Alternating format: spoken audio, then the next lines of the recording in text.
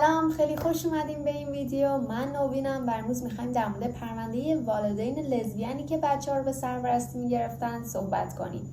اگر از این سبک ویدیو و پرونده جنایی خوشتون میاد، خوشحال میشم چنل منو سابسکرایب کنین، هر نظری هم دارین کامنت کنین. خب دیگه به نظرم وقتشه بریم سراغ ویدیو.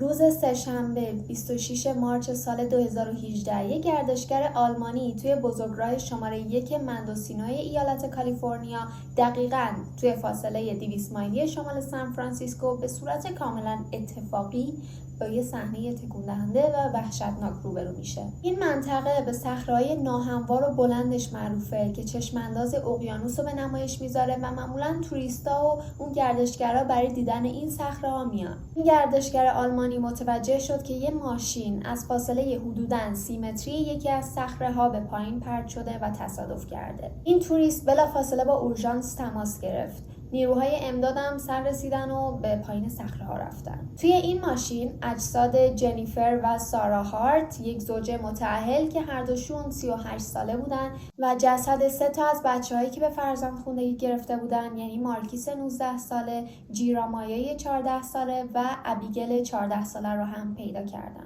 لازمه که بگم جنیفر و سارا 3 تا بچه دیگه هم به فرزندخوندگی گرفته بودن به اسمای دوانته 15 ساله، هانای 16 ساله و سیرای 12 ساله. اجساد این 3 تا یعنی هانا و سیرا و دوانته چند وقت بعدش کنار لاشه ماشین پیدا شد. یعنی این زوج 6 تا بچه به فرزندخوندگی گرفته بودن. همه دوستا و خانواده این خانواده هارت با شنیدن خبر این تصادف شوکه شدن و اصلا هیچکی باورش نمیشد که همچین اتفاقی برای همچین خانواده خوشبخت و به ظاهر دوست داشتنی افتاده. بچه‌ها، این ماشین خانواده هارته. خب حالا وقتشه که از اول شروع کنیم. جنیفر و سارا هر دوشون سال 1979 به دنیا اومدن. جنیفر 2 تا خواهر برادر داشت و سارا هم 3 تا. هر دوشون هم بچه بزرگه خانواده بودن. سارا توی بچگیش از اون بچه‌ها بود که آروم بود، خیلی مسئولیت پذیر بود، از اونا بود که چه توی مدرسه چه توی خونه از قوانین پیروی می‌کرد. اما جنیفر دقیقاً برعکس بود. اون خیلی هیجانی بود، از اون بانمک‌های جمع بود، همیشه توی پارتی‌های مختلف شرکت می‌کرد، نمیدونم لباسای نادرست می‌پوشید و مادر و پدر جنیفر هم از هم طلاق گرفته بودن و جنیفر با مادرش زندگی می‌کرد. زمانی که جنیفر 14 سالش بود خیلی با مادرش جر و بحث می‌کردن و اون موقع به مادرش گفت که من می‌خوام برم با پدرم زندگی کنم. خلاصه جنیفر میره با پدرش زندگی کنه و چون پدرش از صبح تا شب سر کار بود، جنیفر تنها بود دیگه و هر غلطی دلش می‌خواست می‌کرد. یعنی خیلی از قوانینا رو میشکست. مثلا شبا خیلی دیر میومد خونه، نمیدونم لباسای نامناسب میپوشید و پدرش هم صبرش سر اومد دیگه و گفت که باید برگردی پیش مادرت، من از پس تو بر نمیام. این خلاصه بود از زندگی جنیفر. یه مدت پیش مادرش میموند، یه مدت پیش پدرش. جنیفر و سارا به سن دانشگاه رفتن میرسن و اونجا با هم آشنا میشن.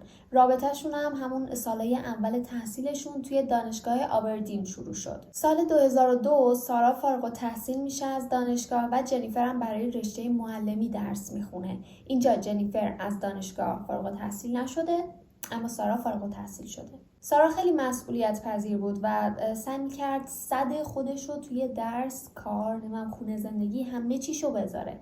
اما جنیفر همچنان به فکر خوشگذرونی بود. سال 2004 سارا فامیلی خودش رو به هارت تغییر میده و هر دوشون یعنی هم سارا هم جنیفر شروع به کار کردن میکنن. توی اون زمان جنیفر و سارا رابطه‌شون رو عمومی نکرده بودن و توی خفا رابطه داشتن. به همه دوستا و خانواده‌شون هم گفته بودن که اونا فقط با هم خونن، بست فرندن و هیچی بینشون نیست. توی سال 2004 این زوج تصمیم گرفتن تا از یه دختر به اسم لی که 15 سالش بود و بعد سرپرست بود نگهداری کنن.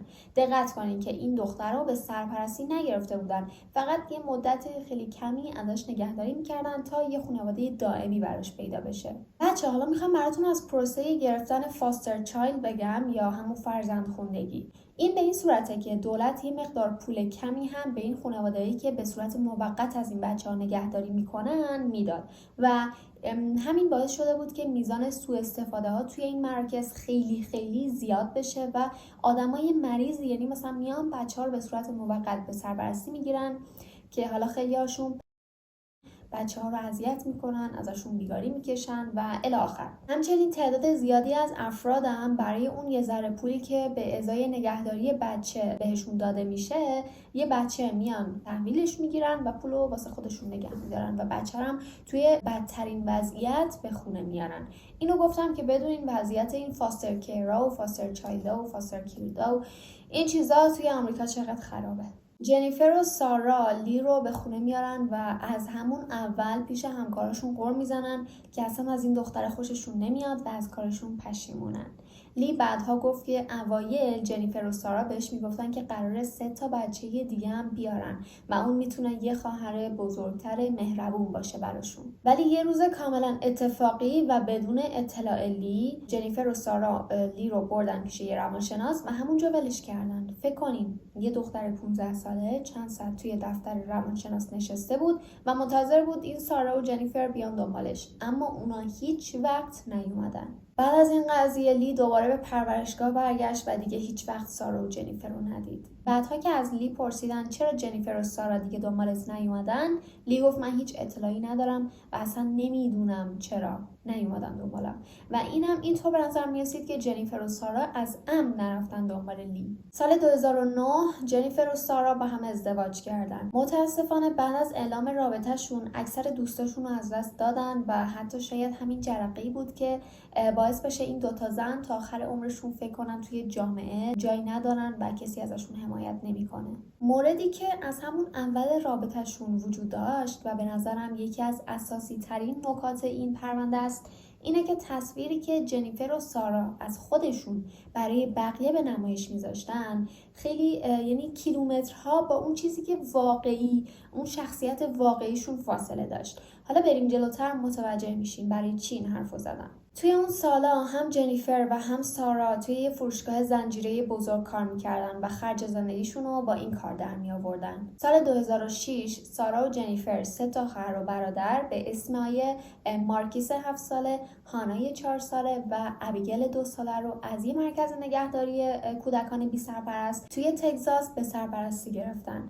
حالا این وسط جنیفر از اونا بود که اکانت فیسبوک داشت و همه چی رو با فالوورزاش به اشتراک میذاشت و فردای همون روزی که مارکیس و هانا و ابیگل رو به سرپرستی گرفتن، جنیفر یه پست توی فیسبوکش آپلود کرد و میخواست، یعنی منظورش این بود که میخواست بگه اولین شب به عنوان مادر چطوری گذشت. ابیگل همه جا ادرار کرد و از پله ها افتاد.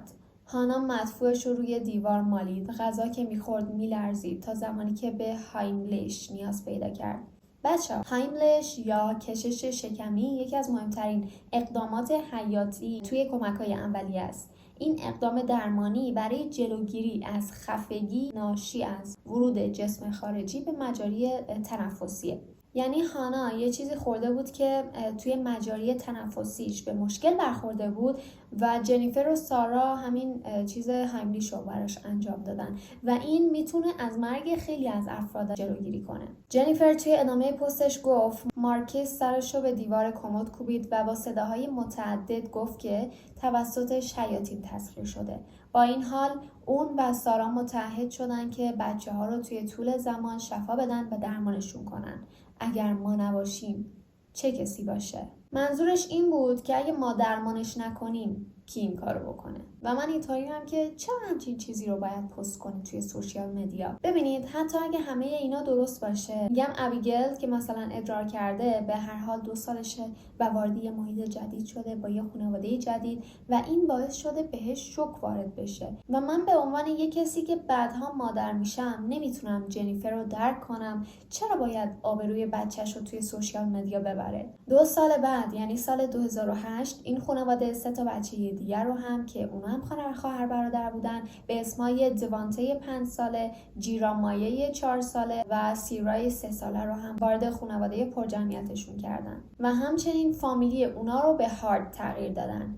دوانته جیرامایا که از این به بعد فقط جیرا صداش میکنیم و سیرا پدر مادر نداشتن، اما یه عمه داشتن که این عمه همونطور که میبینین خیلی در تلاش بود که بچه‌های برادرش رو پس بگیره. حتی برای این کار یه خونه با 5 اتاق خواب خرید، نمیدونم کلی لباس برای بچه‌های برادرش خرید، اما خب موفق نشد بچه‌ها رو پس بگیره. دقت کنین که جنیفر و سارا این 6 تا بچه رو به صورت قانونی به سرپرستی گرفته بودن و دیگه موقت نبود، مثل لی مثلا. یعنی بچه‌ها به طور رسمی بچه جنیفر و سارا به حساب می اومدن. جنیفر و سارا کلی عکس از 6 تا بچه‌شون و خانواده قشنگی که ساخته بودن پست می‌کردن و نشون میدادن خانواده خیلی خوشبختی هن. تمام اطرافیان این خانواده جنیفر و سارا رو والدینی دلسوز و فداکار می‌دونستن که 6 تا بچه بی سرپرست رو به فرزندی قبول کرده بودن و تمام زندگیشون رو صرف تربیت، زندگی راحت، چه میدونم خورد و خوراکشون و همه چیه این بچه ها میکردن. بچه ها 6 تا بچه جدا خیلی زیاده و همه میدیدن که جنیفر و سارا تمام تمرکزشون رو روی تربیت و پرورش این بچه ها توی یه محیط سالم گذاشتن. خانواده هارت از دید مردم و اطرافیانشون به معنی واقعی کلمه تعریف یه خانواده فوق‌العاده بی‌نظیر بودن. دقیقاً از این خانواده ها بودن که همه دلشون میخواست عضوی ازش باشن. مثلا سارا کار میکرد، جنیفر توی خونه پیش بچه ها میموند، به ظاهر هر کاری برای آسایش و آرامش بچه هاشون انجام میدادن و انگار تمام تلاششون بر این بود که بچه ها خوشحال باشن. اما همونطور که تا الان حد زدین، این فقط ظاهر خانواده هارت بود. این فقط چیزی بود که جنیفر و سارا میخواستن بقیه مردم ببینن. اونا میخواستن مردم بگن وای به خانواده‌شون نگاه کن که چقدر بچه‌های قشنگی دارن، چقدر سالمن، چقدر با وجود پرجمعیت بودنشون خوشبختن و از این چیزا. اولین نشونه‌های کودک آزاری توی سپتامبر 2008 دیده شد. هانای 6 ساله در حالی که روی بازوهاش آثاری از کبودی دیده میشد به مدرسه رفت و معلمش متوجه این جراحات شد. وقتی از بچه پرسید چرا دستت کبوده، هانا گفت که والدینش با کمربند شلاقش زدن. هیچ اتهامی متاسفانه نسبت به جنیفر و سارا وارد نشد، اما این زوج بچه‌هاشون رو از مدرسه خارج کردن و 2 سال بعد دوباره ثبت نامشون کردن. همچنین اینم بگم که وقتی بچه‌ها میرفتن مدرسه، سارا و جنیفر اصلا غذا بهشون نمیدادن. اصلا بچه‌ها مجبور بودن مثلا از توی آشغالا برن غذا پیدا کنن یا از همکلاسیاشون بخوان که بهشون غذا بدن. اونا همیشه گشنشون بود و این خیلی وحشتناکه. خیلی. نوامبر سال 2010 معلمان متوجه یه سری آزار و اذیت از سمت والدین به ابیگل 6 ساله شدن. ابیگل توی مدرسه گفته بود که مادرش جنیفر سرش رو زیر آب سرد نگه میداره و با مشت و لگد کتکش میزنه. حالا چرا کتکش میزنه؟ چون که فکر میکرد ابیگل ازش پول دزدیده. حالا چقدر پول؟ 1 پنی بچه‌ها. یعنی بچه رسما داشت میگفت مامانش به خاطر 1 پنی شکنجهش کرده. بچه‌ای که فقط 6 سالش بود. این قضیه رو به پلیس اطلاع دادن و ماجرا یکم بیشتر جدی گرفته شد. با بقیه بچه‌های خانواده هارت صحبت کردن و همشون گفتن که معمولا کتک میخورن، بهشون غذا داده نمیشه، تنبیه میشن و از اینجور صحبت‌ها. جنیفر و سارا رو احضار کردن و ازشون در مورد اظهارات بچه‌ها سوال پرسیدن. جنیفر تقصیر رو انداخت گردن سارا و گفت که من اصلا از این خبر نداشتم. سارا هم خودش رو برای این آزارای وارد شده مقصر اعلام کرد و به 1 سال خدمات اجتماعی محکوم شد. بچه‌ها همین. فقط همین. نه بچه‌ها رو ازشون گرفتن نه چیزی. فقط 1 سال باید میرفت مشاوره میگرفت. خلاصه دیگه این پرونده رو ادامه ندادن. بعد از این ماجرا سارا و جنیفر هر 6 تا بچه رو از مدرسه خارج کردن و دیگه بهشون اجازه مدرسه رفتن ندادن و گفتن که توی خونه مدرسه‌تون رو ادامه بدین. حالا بچهای خانواده هارت بدون اجازه والدینشون با هیچ کس در ارتباط نبودن و نمیتونستن در مورد این آزار و اذیتایی که توی خونه براشون اتفاق میفته با کسی صحبت کنن. زمانی که مؤسسه‌های حمایت از کودکان تصمیم گرفتن خیلی جدی در مورد این خانواده تحقیق کنن، خانواده هارت تصمیم به نقل مکان گرفتن و به دور و بر پورتلند رفتن. یه خونه خانوادگی اجاره کردن و توی حیاطشون بز و مرغ پرورش میدادن. بازم مثل قبل سارا کار میکرد و جنیفر پیش 6 تا بچه‌هاشون توی خونه میمون تا اونا تنها نباشن. هارتا به صورت خانوادگی و دسته جمعی توی خیلی از جشنواره‌های موسیقی خیریه، نمیدونم جشنواره‌های محلی و همچین چیزایی شرکت میکردن. حتی به خیلی از کمپ‌ها و گرد همایی‌های چند روزه هم میرفتن. از اینا که یوگا کار میکنن، میرقصن، موسیقی گوش میدن، موسیقی میزنن و از این قبیل. بچه‌ها همیشه توی این مراسم‌ها در حال رقص و آواز دیده می‌شدن و تمام حاضران که اون افرادی که توی اون جمع‌ها و جشن‌ها بودن به این خانواده به ظاهر شاد نگاه می‌کردن. Giving thanks for all creation, we are so provided for. We are so provided for. We are so provided for. We are so provided for. توی طول این سالا کاملا مشخص بود که جنیفر هارت خیلی به حضور خانواده‌اش توی اجتماع اهمیت میده و ظاهر خانواده واقعا براش مهمه. از عکسای بیرون رفتنشون بگیر، مشق نوشتنشون بگیر، نمیدونم روز اول مدرسهشون، حتی عکسای روز مادر رو هم منتشر میکردن توی اکانت فیسبوکشون. اما میدونین که این خوشحالی‌های الکی و محبت مصنوعی کاملا قابل تشخیصه و خیلی از آدما هم متوجه این قضیه شده بودن. مثلا یه نفر سال 2013 به دپارتمان خدمات اجتماعی اورگان رفت و گفت که این بچه‌ها الکی تظاهر میکنن تا شبیه یه خانواده بزرگ و خوشحال به نظر برسن. همه اونا بعد از عکس گرفتن قیافه‌هاشون شبیه انسانای مرده و بیروح میشه. خیلی هم مدعی شدن که بچه‌ها نسبت به سنشون کم غذا میخورن و خیلی ریزه میزه به نظر میرسن. اطلاعات دیگه هم به سازمان خدمات اجتماعی رسید که میگفتن این بچه‌ها شبیه ربات‌های آموزش دیدن و تا سرحد مرگ از جنیفر میترسن. همچنین یکی از آدمایی که توی کالیفرنیا با این خانواده ملاقات کرد گفت که جنیفر این خانواده رو شبیه یه اردوگاه نظامی ساخته. مهربونی، عشق، احترام، اصلا این چیزا توی خانواده هارت وجود نداره. آگوست سال 2013 مقامات رفاه کودکان به خانواده هارت رفتن و در غیاب جنیفر و سارا از تک تک بچه‌ها در مورد وضعیت زندگیشون سوال پرسیدن. بچه‌ها هم گفتن که هیچ سوء استفاده و آزار و اذیتی توی این خونه وجود نداره و همشون خیلی خوشحالن که توی همچین وضعیتی زندگی میکنن. یکی از مامورایی که برای حرف زدن با بچه‌ها به این خونه رفته بود گفت که بچه‌ها عین ضبط صوت حرفاشون رو تکرار می‌کردن و هیچ احساسی توی صحبتاشون دیده نمی‌شد. یعنی انگار بچه‌ها اکت می‌کردن. مشخص بود که دارن یه چیزی رو مخفی می‌کنن. توی تظاهرات بلک لایو ماتر توی دیسمبر سال 2014 دوانته هارت 13 ساله بین جمعیت دیده شد. انگار یواشکی از خونه اومده بود بیرون چون تنها بود و سارا و جنیفر پیشش نبودن. دوانته در حالی که اشک از چشماش می اومد یه افسر پلیس سفیدپوست که برای حفظ صلح توی تظاهرات شرکت کرده بود و بغل گرفته بود. این عکس بارها و بارها توی شبکه‌های اجتماعی به اشتراک گذاشته شد و دوانته رو تبدیل به یه نماد کرد. عکس اینطور به نظر می رسید که انگار این بچه برای گرفتن حق و حقوقاش و فرار از آزارهای نژاد پرستانه به یک افسر پلیس سفیدپوست پناه برده بود. به نظرم اینجا خیلی راحت با یکم پیگیری میتونستن بچه‌ها رو از دست سارا و جنیفر نجات بدن، اما متاسفانه نشد. حتی دوانته رو توی یه برنامه تلویزیونی هم دعوت کردن اما جنیفر قبول نکرد. حالا چرا قبول نکرد؟ گفت که میخواد از حریم خصوصی بچهش محافظت کنه. حالا اینجا بچه‌ها هم اکانت فیسبوک داشتن و در مورد زندگی روزمره خانواده خوشبختشون پست میذاشتن. خیلی هم فالوور داشتن و آدمای زیادی اکانتشون رو دنبال میکردن.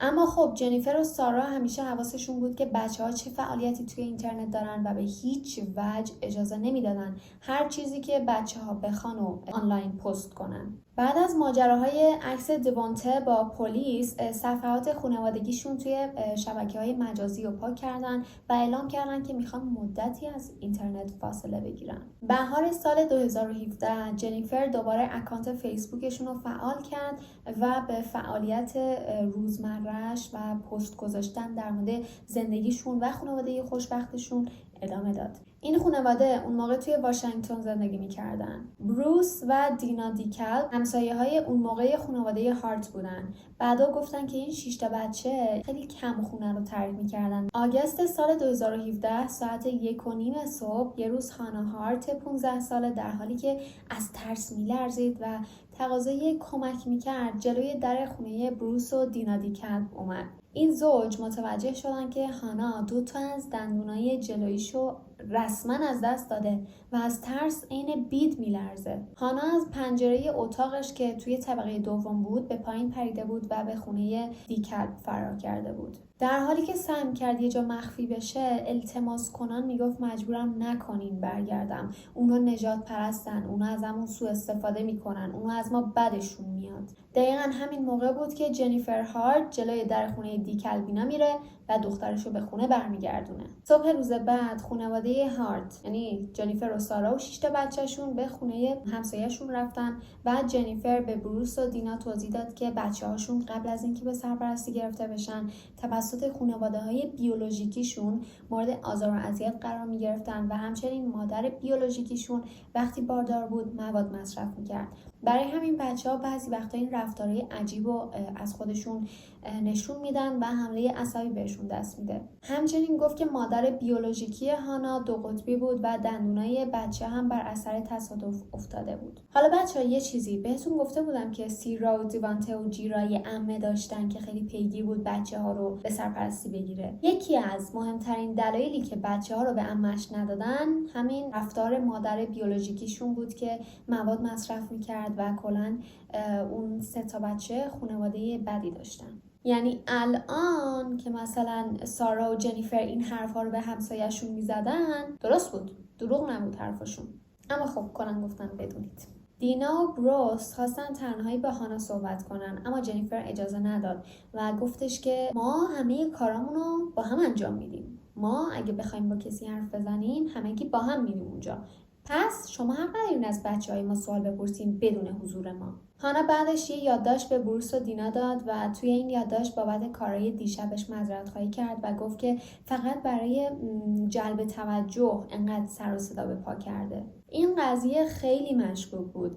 بروس اسم جنیفر و سارا هارتو به سازمانهای حمایت از کودکان گزارش داد. اما هیچ وقت اینا من نمیدونم چی کارن، هیچ وقت پیگیری نکردم. چند ماه بعد از این قضیه یعنی اوایل مارچ 2018 دیوانته هارت یه بار یواشکی به بروس نزدیک شد و ازش این درخواست رو کرد که میشه لطفاً یکم خوراکی بده به دیوانته تا بخوره. بروس یکم بهش غذا داد و بعد از خوردن دیوانته اون ازش خواست که لطفاً هیچی به پدر مادرش نگه، در مورد این موضوع با هیچ کس صحبت نکنه و این موضوع رو توی خفا نگه داره.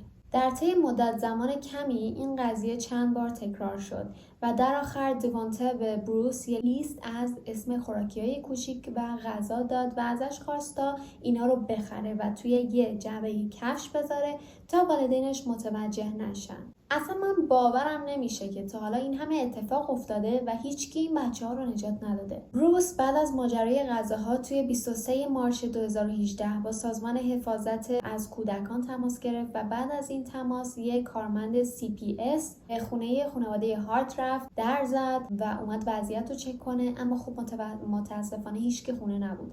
پس چیکار کرد؟ کارتش رو گذاشت اونجا تا زمانی که این خانواده برگشتن باهاشون تماس بگیره.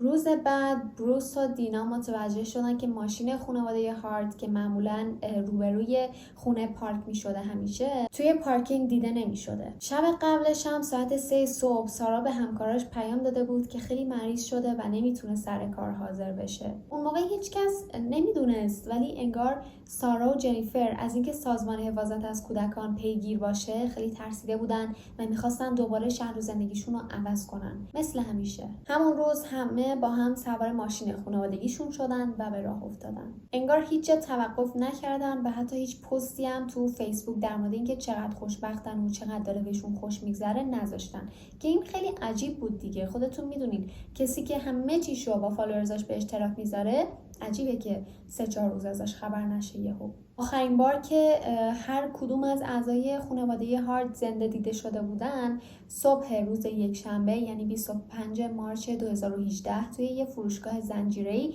توی سفوی توی فورت براگ کالیفرنیا بود. یه دوربین امنیتی ویدیو جنیفر رو در حال پرداخت $20 به ازای مواد غذایی ضبط کرده بود. روز بعد یعنی دوشنبه 26 مارچ 2018 ماشین خانواده هارت پایین صخره‌ها و کنار دریا پیدا شد. این مکان فقط 25 دقیقه با فروشگاه سیفوی فاصله داشت و همچنین ماشین 30 متر به سمت پایین سقوط کرده بود. ماشین رو مورد بررسی قرار دادن و متوجه شدن که از جاده منحرف نشده، بلکه راننده یعنی جنیفر هارت ماشین رو از عمد از بزرگراه خارج کرده و بدون اینکه ترمز رو فشار بده به سمت صخره‌ها رفته و خانواده‌اش رو کشته. چون که هیچ رد ترمزی توی جاده دیده نمیشد و پلیس حتی یه ذره‌ای هم شک نداشت که این ماجرا تصادف بوده باشه. بچه‌ها اینم طریقه پرت شدن ماشین به سمت پایین صخره‌ها بود که کلاً 5 ثانیه بیشتر طول نکشیده بود. هیچ کدوم از سرنشینای ماشین کمربند نبسته بودن و همین باعث شده بود که چند تا از بچه‌ها از پنجره به بیرون پرت بشن و بعد از کالبد شکافی متوجه شدن که جنیفر موقع رانندگی مشروب خورده بوده و بیش از حد مجاز الکل توی سیستم بدنش دیده میشد. این هم یه قسمت از خونه سارا ایناست. همچنین توی بدن سارا و 2 تا از بچه‌ها میزان زیادی دیفینیدرامین پیدا شد که یه داروی خواب آوره. البته دیفینیدرامین برای سرماخوردگی در اصل، اما خب زیادش خواب آوره. بقایای جسد سیرای 12 ساله را توی 8 آپریل یعنی 2 هفته بعد از سقوط پیدا کردن و بقایای جسد هانا هم توی جنوری 2019 شناسایی شد. حالا چرا انقدر طول کشید؟ چون اونا از ماشین به بیرون پرت شده بودن و توی آب افتاده بودن. جریان آب این اجساد یک کمی از ساحل و صخره‌ها دور کرده بود و همچنین بر اثر این تجزیه شدن بدن و ضربه‌های شدید با صخره‌ها و ماشین تمام صورت و استخونای بدنشون له شده بود. باورم نمیشه. عملا یعنی غیر قابل شناسایی بودن. متاسفانه جسد دیوانته هارت 15 ساله نماد اعتراضات BLM سال 2014 هیچ وقت پیدا نشد، اما شواهد نشون میداد که دیوانته سوار ماشین بود و توی تصادف کشته شد. اگرچه جسدش رو پیدا نکردن، اما گواهی مرگش صادر شد. با بررسی‌های بیشتر متوجه شدن که سارا قبل از سقوط توی موبایلش در مورد عوارض قرص دیفینیدرامین و مرگ بر اثر غرق شدن رو سرچ کرده بود و این نشون میداد کاری که میخواست انجام بده از قبل برنامه‌ریزی شده بود. یعنی به نظر میرسید سارا و جنیفر با هم این قتل و خودکشی رو برنامه‌ریزی کرده بودن و انجامش هم داده بودن. این پرونده توی سال 2019 به صورت رسمی بسته میشه و تمام تحقیقات مربوط بهش رو متوقف میکنن. به نظر شما علت این قتل و خودکشی چی بوده؟ توی مراحل اول اصلا چرا بچه‌ها رو به سرپرستی گرفتن؟ وقتی میخواستن که انقدر مجازاتشون کنن، انقدر بهشون سختی بدن، بهشون غذا ندن، یه عمر شکنجهشون کنن. واقعا این نفرت از کجا سرچشمه میگیره من اصلا نمیتونم درک کنم. خب بچه‌ها این بود از این ویدیو. اگر از این ویدیو خوشتون اومده حتما چنل منو سابسکرایب کنین، لایک کنین، کامنت بذارین. هر سوالی دارین، حرفی دارین، من کامنتاتون رو حتما میخونم. خب دیگه من رفتم. بای.